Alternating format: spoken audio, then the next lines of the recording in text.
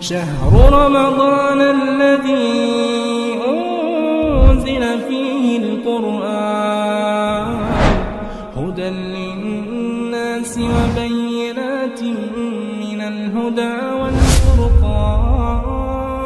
الله وبركاته. نحمده ونصلي على رسوله الكريم. اما بعد. معزز سامعین، اللہ رب العالمین کے احسان و فضل و کرم سے الحمدللہ ہم نے آج کی چوتھی تراویح بھی مکمل کر لی، آج کا روزہ بھی مکمل کر لیا۔ اللہ رب العالمین سے دعا ہے کہ اللہ رب العالمین ہماری ان عبادتوں کو قبول بھی فرمائے، آمین۔ معزز سامعین، چوتھے پارے کی مختصر تفسیر یا مختصر خلاصہ آپ اس کو کہیں، میں آپ کے سامنے رکھنا چاہتا ہوں۔ اس پارے کے شروع میں اللہ رب العالمین نے سورہ آل عمران میں ایک آیت نازل فرمائی۔ اس آیت کا نمبر 154 ہے، 154 میں یہ آیت ہے۔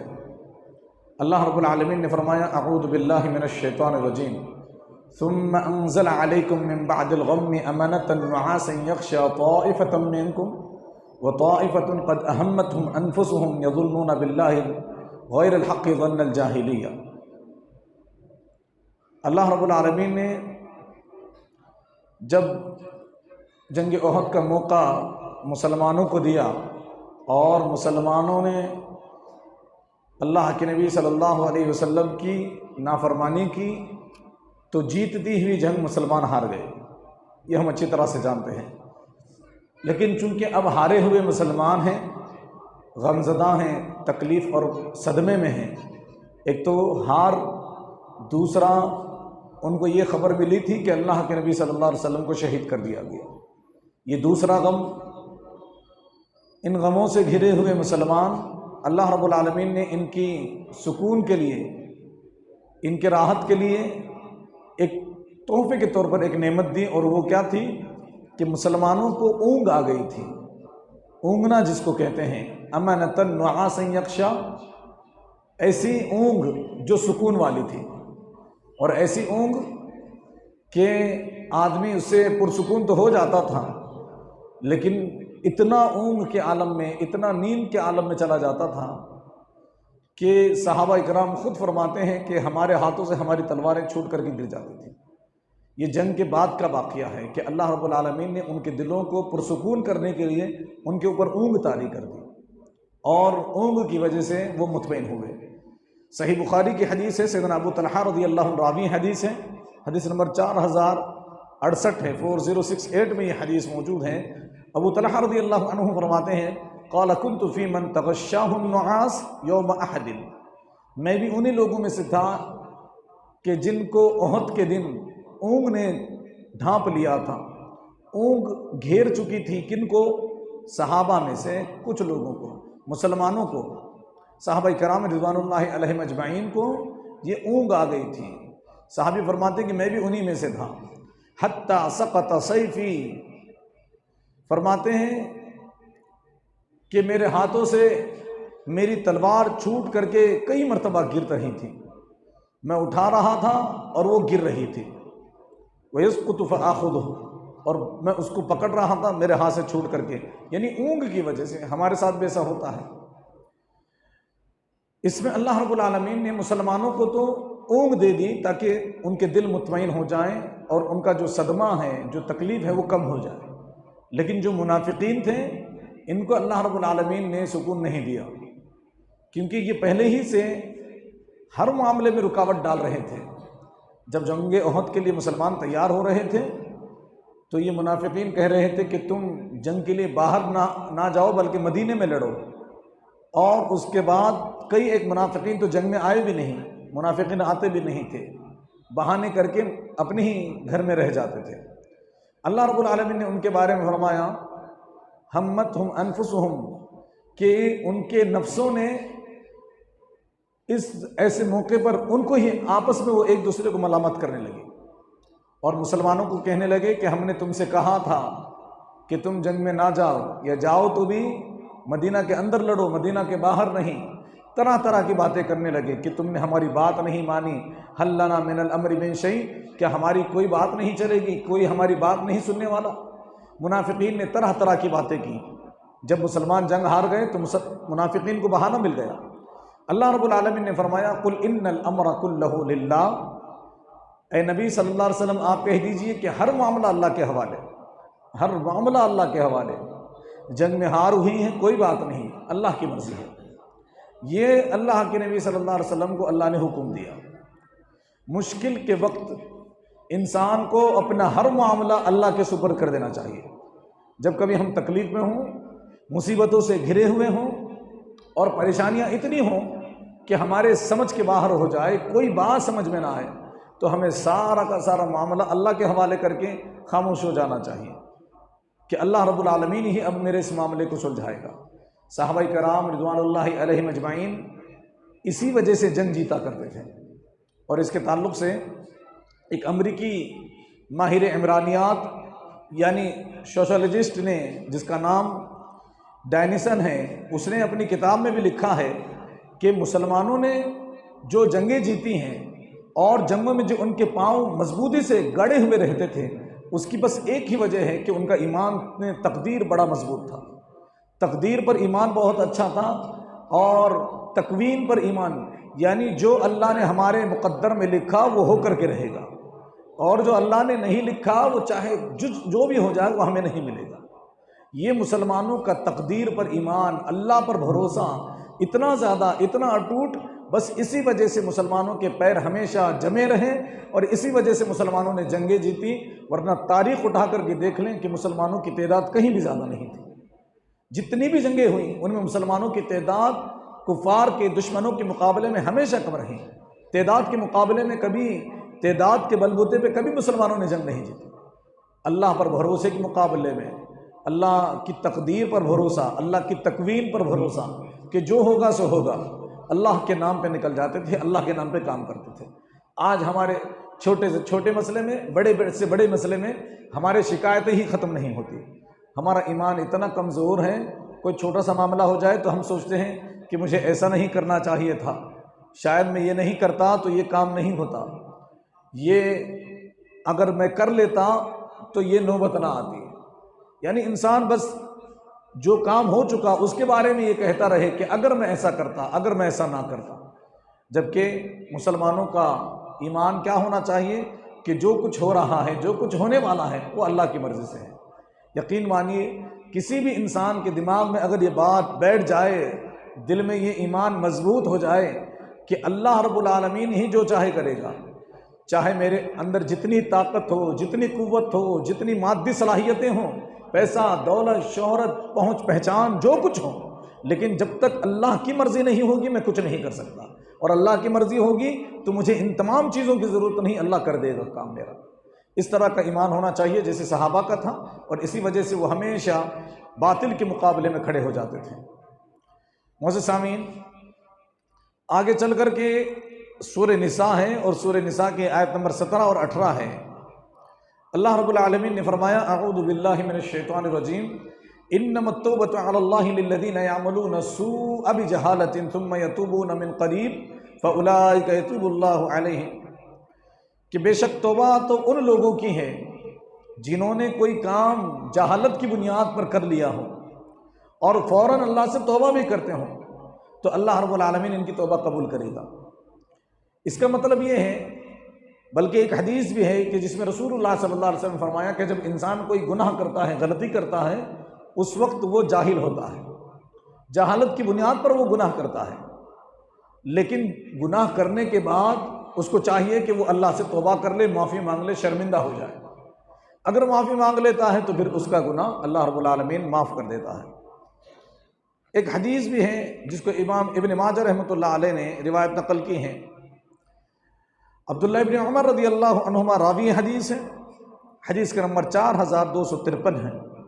فرماتے ہیں اللہ کے نبی صلی اللہ علیہ وآلہ وسلم ان اللہ عز وجل لیقبل توبۃ العبد ما لم یغرغر، کہ اللہ رب العالمین بندے کی توبہ اس وقت تک قبول کرتا رہتا ہے، بندے کے گناہوں کو معاف فرماتا رہتا ہے جب تک کہ غرغرے کا عالم نہ آ جائے۔ یعنی سکرات الموت اس کو نہ لگ جائے، جان کنی کا عالم، جب جان نکلنے والی ہو اس وقت اگر وہ معافی مانگتا ہے اس کی معافی کا کوئی لحاظ نہیں، اس کی معافی شمار ہی نہیں، اللہ کے یہاں قابل قبول نہیں، چاہے جتنی بھی معافی مانگے، کیونکہ اس کے بعد والی فوراً آیت میں اللہ نے فرمایا وَلَيْسَتِ التَّوْبَةُ لِلَّذِينَ يَعْمَلُونَ السَّيِّئَاتِ حَتَّى إِذَا حَضَرَ أَحَدَهُمُ الْمَوْتُ قَالَ إِنِّي تُبْتُ الْآنَ، توبہ وہ نہیں کہ بندے کے پاس موت آ جائے، موت کو دیکھ کر کے کہنے لگے اللہ میں اب توبہ کرنے لگا ہوں، ایسی توبہ کا اللہ کے یہاں کوئی مقام و مرتبہ نہیں، ایسی توبہ کی کوئی حیثیت ہی نہیں ہے، جو آخری وقت میں مرتا آدمی مانگ لے تو اس وقت اللہ رب العالمین معاف نہیں کرتا۔ لہٰذا جب تک جان میں جان ہے اور دلوں میں دھڑکن تازہ ہے، انسان کو چاہیے کہ اپنے گناہوں سے اللہ کے پاس معافی مانگے۔ ایک اور حدیث ہے جس کو امام خطیب التبریزی رحمۃ اللہ علیہ نے اپنی مشکات میں سیدنا ابو ذر غفاری رضی اللہ عنہ سے روایت نقل کی ہے، حدیث کا نمبر 2361 ہے، 2361 میں یہ حدیث موجود ہے۔ رسول اللہ صلی اللہ علیہ وآلہ وسلم فرماتے ہیں ان اللہ تعالی لیغفر لعبد ما لم یقع الحجاب، فرماتے ہیں کہ اللہ رب العالمین بندوں کے گناہوں کو اس وقت تک معاف کرتا رہتا ہے جب تک کہ پردہ آڑے نہیں آ جاتا، حجاب واقع نہیں ہو جاتا۔ صحابہ نے فرمایا قالوا یا رسول اللہ وما الحجاب، اے اللہ کے نبی صلی اللہ علیہ وآلہ وسلم یہ پردہ کیا ہے؟ یہ جو آپ نے وقوع الحجاب پردے کے آڑے آنے کی بات کہی ہے اس کا کیا مطلب ہے؟ اللہ کے نبی صلی اللہ علیہ وسلم نے فرمایا ان تموت النفس وہی مشرکہ، پردے سے مراد ہے کہ آدمی اس وقت توبہ کرے جب کہ وہ مشرک ہو، یعنی اگر وہ مشرک ہو اور اس وقت توبہ کرے، یعنی مر رہا ہو حالت شرک میں پھر توبہ کرے تو اس کی توبہ قبول نہیں ہوتی۔ مشرک آدمی مر رہا ہو اس وقت توبہ کرے تو اس کی توبہ قبول نہیں ہوتی۔ اللہ کے نبی صلی اللہ علیہ وسلم نے اس حدیث میں یہ اشارہ کیا ہے کہ آدمی مرتے وقت توحید پرست ہی ہو، باقی دوسرے گناہ انشاءاللہ اللہ مرنے کے بعد بھی معاف کر دے گا۔ دیکھیے کبیرہ سے کبیرہ گناہ، بڑے سے بڑا گناہ، یا تو انسان مر جانے کے بعد اللہ رحم و کرم سے معاف کر دے، یا اس کے چاہنے والے دنیا میں اس کے لیے معافی مانگے تب اللہ اس کو معاف کر دے، یہ دونوں گنجائش ہے۔ لیکن شرک ایسا گناہ ہے کہ اللہ نے بھی اس کے بارے میں کہہ دیا کہ میں معاف نہیں کرنے والا، اور دنیا میں بھی اس کی معافی نہیں مانگی جا سکتی، کوئی بھی اس کے لیے معافی نہیں مانگ سکتا۔ اس لیے شرک ہی خطرناک گناہ ہے، شرک ہی وہ پردہ ہے کہ اس کی وجہ سے اللہ رب العالمین اس کو پھر جنت نصیب نہیں کرتا، اس کی توبہ قبول نہیں کرتا۔ دنیا میں جب تک جان ہے، جب تک انسان زندہ ہے تو اس کو توبہ کر لینی چاہیے۔ معزز سامعین، اسی بارے میں اللہ رب العالمین نے مشورے کی آیت نازل فرمائی، رسول اللہ صلی اللہ علیہ وسلم سے کہا وشاورہم فی الامر، کہ آپ لوگوں سے، صحابہ سے مشورہ کیجیے۔ حالانکہ دیکھیے رسول اللہ صلی اللہ علیہ وسلم انسانیت میں سب سے کامل ترین ہے، سب سے بہترین ہے۔ تھوڑی دیر کے لیے ہمارے ذہنوں میں یہ بات آ سکتی ہے کہ بھلا اللہ کے نبی صلی اللہ علیہ وسلم کو مشورے کی کیا ضرورت، ان کے اوپر تو قرآن نازل ہو رہا ہے۔ جن کے گھر میں قرآن نازل ہو رہا ہو، جن کے بستر پر قرآن نازل ہو رہا ہو، ان کو مشورے کی کیا ضرورت؟ لیکن اللہ رب العالمین نے ان کو بھی کہا کہ مشورہ کیجیے۔ کیوں؟ کیونکہ اگر آپ مشورہ کریں گے تو امت کو بھی عادت پڑ جائے گی، امت بھی آپ سے سیکھ لے گی مشورہ کرنے کا طریقہ۔ چنانچہ اللہ کے نبی صلی اللہ علیہ وسلم نے کئی معاملات میں صحابہ سے مشورہ کیا۔ یہاں ایک نقطہ یہ ہے کہ جب ہم کسی سے مشورہ کریں تو عمر کی کمی اور زیادتی معنی نہیں رکھتی، بلکہ یہ دیکھا جائے گا کہ سامنے والا سمجھدار ہے، ہمارا خیر خواہ ہے، ہمارا اچھا اور بھلا چاہتا ہے، اس سے مشورہ کر سکتے ہیں، چاہے عمر ہمارے سے کم ہی کیوں نہ ہو، مقام و مرتبہ ہم سے کم ہی کیوں نہ ہو، تجربہ ہم سے کم ہی کیوں نہ ہو، ہمارا خیر خواہ ہے، ہمارا بھلا چاہتا ہے، ہو سکتا ہے اللہ رب العالمین اس کے زبان سے وہ بات نکال دے جو ہمارے لیے بھلا ہو۔ ہم یہ نہ سوچیں کہ یہ اپنے تجربے سے، جس کا تجربہ مجھ سے کم ہے، یہ کیا مجھے بھلا مشورہ دے گا، کیونکہ مشورہ دینا وہ اپنی زبان چلائے گا، اس کو مشورہ دینے کی صلاحیت تو اللہ دے گا۔ اللہ کے نبی صلی اللہ علیہ وسلم نے بھی کئی مرتبہ مشورہ کیا ہے، کئی ایک واقعات ہیں، میں بس چند ایک باتیں آپ کے سامنے رکھنا چاہوں گا۔ جنگ بدر کے موقع پر بھی اللہ کے نبی صلی اللہ علیہ وسلم نے مشورہ کیا تو ایک صحابی جن کا نام مقداد ابن اسود رضی اللہ عنہ ہیں، انہوں نے کہا کہ اے اللہ کے رسول، اگر آپ سمندر میں کودنے کا حکم فرمائیں گے تو ہم بلا تکلف کود پڑیں گے، اگر آپ ہمیں برق غماد تک چلنے کا حکم دیں گے ہم بس چل پڑیں گے۔ اللہ کے نبی، ہم ایسا نہیں کہنے والے جیسے قوم موسیٰ نے موسیٰ علیہ السلام سے کہا تھا۔ موسیٰ علیہ السلام کی قوم نے موسیٰ سے کیا کہا تھا؟ موسیٰ علیہ السلام کی قوم نے کہا تھا کہ اگر لڑنا ہی ضروری ہے تو موسیٰ تم اور تمہارا رب جاؤ اور جا کر کے لڑو، ہم نہیں آنے والے، ہم یہیں پر بیٹھے رہیں گے۔ بلکہ صحابہ فرماتے ہیں ہم تو یہ عرض کریں گے اللہ کے نبی آپ جہاں ہمیں کہیں تشریف چلے، آپ لے چلیں، ہم آپ کے پیچھے آ رہے ہیں، آپ جو حکم دیں ہم کرنے کو تیار ہیں، آپ کہیں کہ پہاڑ کی چوٹی سے گر جائیں ہم گرنے کو تیار ہیں۔ صحابہ کرام رضوان اللہ علیہم اجمعین سے مشورہ کیا تو صحابہ نے اس طرح کا مشورہ دیا۔ اللہ کے نبی صلی اللہ علیہ وسلم نے ایک مرتبہ مشورہ کیا صحابہ سے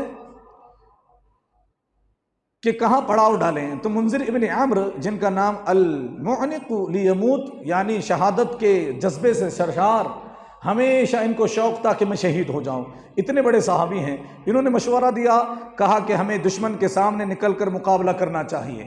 رسول اللہ صلی اللہ علیہ وسلم نے مشورہ مانگا تو صحابہ نے کہا، ایک صحابی نے کہا کہ اللہ کے نبی چلیے ہم جا کر کے دشمن کے سامنے نکلتے ہیں اور مقابلہ کرتے ہیں۔ اسی طرح سے اللہ کے نبی صلی اللہ علیہ وسلم نے جنگ احد کے بارے میں مشورہ کیا تھا تو تقریباً صحابہ نے کہا تھا کہ مدینہ کے باہر ہی جنگ لڑتے ہیں۔ اسی طرح سے اللہ کے نبی صلی اللہ علیہ وسلم نے مشورہ لیا تھا حدیبیہ کے موقع پر، کہا تھا کہ مشرکین کے اولاد پر حملہ کرنے کے بارے میں، جو مشرکین ہیں جنہوں نے اجازت نہیں دی عمرہ کرنے کے لیے، ان کی اولادوں پر حملہ کریں، تو ابو بکر صدیق رضی اللہ عنہ نے فرمایا تھا اے اللہ کے رسول، ہم کسی سے لڑنے کے لیے نہیں آئے ہیں بلکہ ہم تو صرف عمرہ کرنے کے لیے آئے ہیں۔ تو اللہ کے نبی صلی اللہ علیہ وسلم نے سیدنا ابو بکر صدیق رضی اللہ عنہ کی رائے کو پسند کیا اور اسی کے مطابق آگے معاملہ اور فیصلہ کیا۔ اللہ کے نبی صلی اللہ علیہ وسلم نے واقعہ افک یعنی جس میں سیدہ عائشہ صدیقہ رضی اللہ عنہا پر ملعونین ظالمین نے تہمت لگائی تھی، الزام لگایا تھا، ایسے وقت میں اللہ کے نبی صلی اللہ علیہ وسلم نے مشورہ کیا تھا، کہا تھا اشیروا علی معشر المسلمین، مسلمانوں کی جماعت مجھے مشورہ دو، مجھے ان لوگوں کے بارے میں مشورہ دو جنہوں نے میرے خاندان، میرے اہل پر، میری بیوی پر افترا پردازی کی ہے، تہمت لگائی ہے۔ اللہ کی قسم میں اپنے اہل کے بارے میں کوئی بری بات نہیں جانتا۔ پھر انہوں نے الزام لگایا تو لگایا بھی کس پر؟ اس پر اور اس ذات پر۔ نبی صلی اللہ علیہ وسلم نے فرمایا اللہ کی قسم میں تو عائشہ کو صرف بہتر ہی جانتا ہوں۔ تو اللہ کے نبی صلی اللہ علیہ وسلم اپنی ساری زندگی ہمیں مشورہ کرتے ہوئے نظر آتے ہیں صحابہ کرام رضوان اللہ علیہم اجمعین سے، لہٰذا ہم اور آپ کو بھی اپنے کاموں کو مشورے سے ہی کرنا چاہیے کیونکہ اس میں خیر و برکت ہوتی ہے۔ معزز سامعین، آگے چل کر کے سورہ نساء ہے اور اس میں آیت نمبر 19 اور 20 اللہ رب العالمین نے فرمایا یا ایھا الذین آمنوا لا یحل لکم ان ترثوا النساء کرہا، اے ایمان والو تمہارے لیے حلال نہیں کہ تم عورتوں کو اپنی وراثت بناؤ۔ اصل میں پہلے زمانے میں یہ تھا کہ کوئی آدمی مر جاتا تو اس کی جائیداد، اس کی پراپرٹی، اس کا مال ملکیت بانٹی جاتی، تقسیم کر دی جاتی، اسی طرح سے اس کی بیوی کو بھی وراثت کا مال ملکیت سمجھ کر کے تقسیم کر دیا جاتا۔ اللہ اکبر۔ مرنے والے کا بھائی آتا، اس کی بیوی کو ساتھ میں لے کر کے چلا جاتا، کوئی خود نکاح کر لیتا، وارثین میں سے مرنے والی کی بیوی سے خود نکاح کر لیتا، کوئی کسی دوسرے سے نکاح کرواتا، اور کسی موقع پر کبھی کبھار تو وہ یہ حکم دے دیتے کہ اب ساری زندگی کسی سے نکاح نہیں کر سکتے اور گھر میں بٹھا دیتے۔ ایسا ظلم ہوتا تھا۔ اللہ رب العالمین نے فرمایا یا ایھا الذین آمنوا لا یحل لکم ان ترثوا النساء کرہا، تم عورتوں کو ملکیت کے جیسا تقسیم نہیں کر سکتے، بانٹ نہیں سکتے۔ ولا تعضلوہن لتذهبوا ببعض ما آتیتموہن، اور ایک ظلم یہ بھی ہوتا تھا کہ آدمی اپنی بیوی کے نام پر مہر تو دیتا ہی تھا، کوئی تحفہ بھی دیتا تھا۔ جب حالات اچھے ہوتے تو کوئی مکان خرید کے دیتا، کوئی باغ خرید کے دیتا، کوئی سونا زیورات دیتا، اپنی بیوی کو تحفے دیتا۔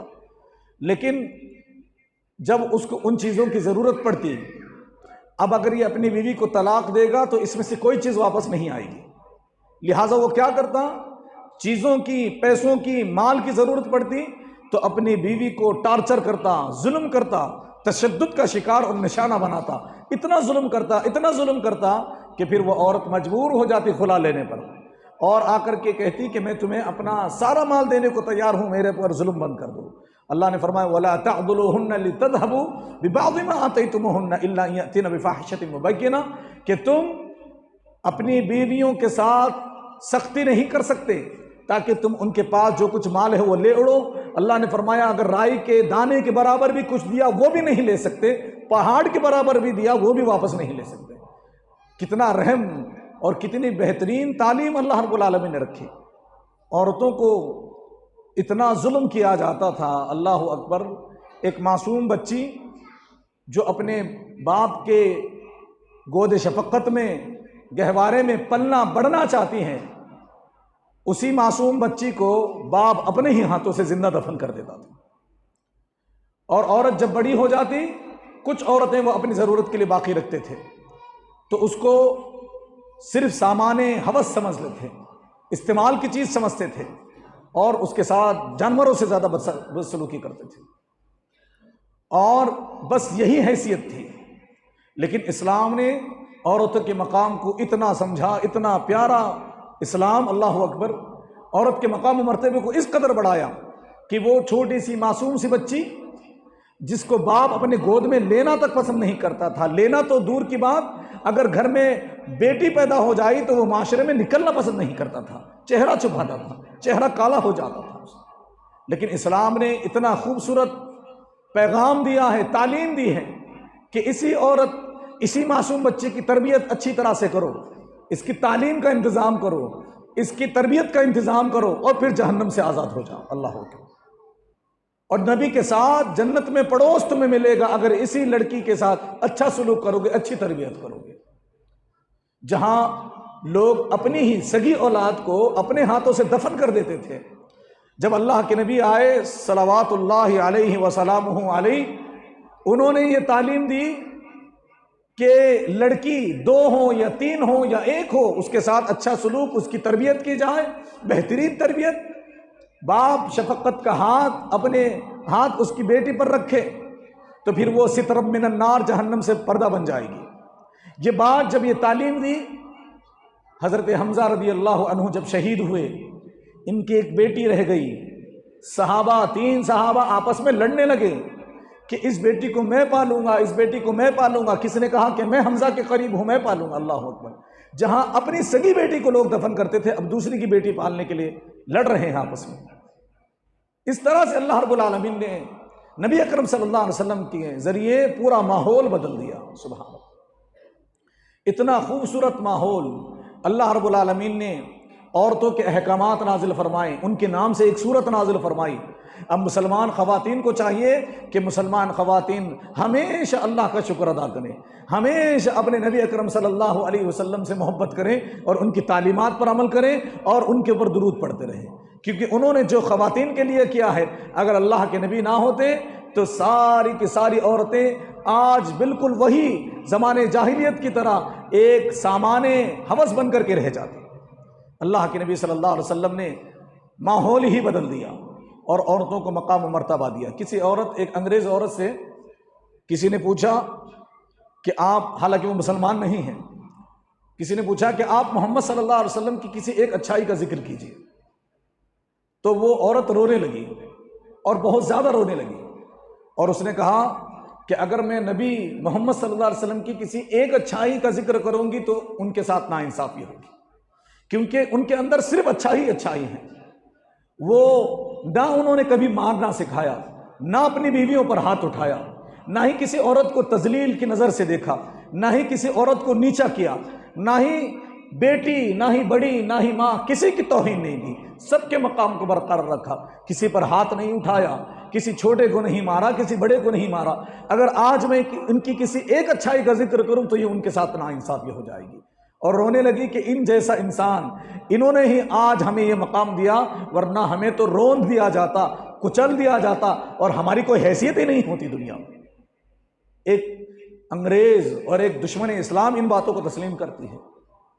خواتین اسلام کو بھی چاہیے کہ اسلام کی تعلیمات کو دل و جان سے اپنے سینے سے لگائیں اور اس پر عمل کریں، اسلام کے بارے میں شک نہ کریں۔ اسلام کے بارے میں شیاطین اور شیاطین نما انسان اگر ہمارے ذہنوں میں کوئی بات ڈالتے بھی ہیں تو فوراً ہمارے ذہنوں میں رسول اللہ صلی اللہ علیہ وسلم کی شخصیت آ جانی چاہیے، فوراً ان کا نام آ جانا چاہیے کہ انہوں نے ہمارے لیے کیا کیا، اور پھر ان کا کلمہ ہم نے پڑھا ہے۔ اللہ کے نبی صلی اللہ علیہ وسلم نے بیویوں کے ساتھ اتنا اچھا سلوک کیا۔ ام سلمہ رضی اللہ عنہا فرماتی ہیں کہ روزانہ اللہ کے نبی صلی اللہ علیہ وسلم ساری بیویوں کو ایک طرف جمع کرتے اور سارے کے بستروں پر ایک مرتبہ بیٹھتے، ساروں سے گفتگو کرتے، سب کے ساتھ بات کرتے۔ جب رات کا وقت ہوتا تو اس بیوی کے گھر چلے جاتے جہاں ان کی باری ہوتی۔ ام سلمہ رضی اللہ عنہ فرماتی ہیں اس بیوی کے گھر بھی جاتے تو وہاں پر جا کر کے عشاء کی نماز کے بعد آ کر کے اپنی بیوی کے ساتھ تھوڑی دیر بات کرتے، گفتگو کرتے، اور پھر اپنی بیوی کو اپنے ہاتھ پر سلا لیتے۔ اللہ اکبر، اپنے ہاتھ پر اپنی بیوی کو سلا لیتے اور ساری رات اس کی حفاظت، اس کے ساتھ محبت لاڑ پیار کرتے ہوئے اللہ کے نبی صلی اللہ علیہ وسلم گزارتے، اور باتیں اس لیے کرتے تھے تاکہ بیوی کے اور میاں بیوی کے درمیان ان سے محبت پیدا ہو جائے۔ یہ رسول اللہ صلی اللہ علیہ وسلم ہے، اور انہی کے گھر سے، انہی کی بیویوں نے، ہماری ماؤں نے یہی پیغام امت کو دیا ہے کہ امت کے مردوں کو محمد صلی اللہ علیہ وسلم سے بہتر کوئی قائد نہیں مل سکتا، اور امت کی عورتوں کو امہات المومنین سے بہتر کوئی عورت نہیں مل سکتی۔ انہی کی پیروی کرتے ہوئے ہمیں زندگی گزارنی چاہیے۔ معزز سامعین، باتیں تو ویسے بہت ساری ہیں، کہنے کا مقصد یہ ہے کہ آج کل اسلام کے بارے میں غلط فہمیاں ڈالی جا رہی ہیں، اسلام کے بارے میں شک و شبہات خصوصاً خواتین کے ذہنوں میں ڈالے جا رہے ہیں۔ خواتین کو چاہیے کہ ان باتوں کو سمجھیں کہ یہ صرف اور صرف سازش ہے۔ ہم نے اسلام کو دل سے مانا ہے، قبول کیا ہے، لہٰذا ہم اور آپ کو چاہیے کہ اسلام کے علاوہ کسی گمراہی میں ہم مبتلا نہ ہوں۔ اللہ رب العالمین سے دعا ہے کہ باری تعالیٰ ہم تمام مسلمانوں کو کہی سنی باتوں پر کہنے سننے سے زیادہ عمل کرنے کی توفیق عطا فرمائے۔ آمین۔ وصلی اللہ علی نبینا محمد۔ سبحانک اللہم و بحمدک، اشہد ان لا الہ الا انت، استغفرک و اتوب الیک۔ والسلام علیکم ورحمۃ اللہ۔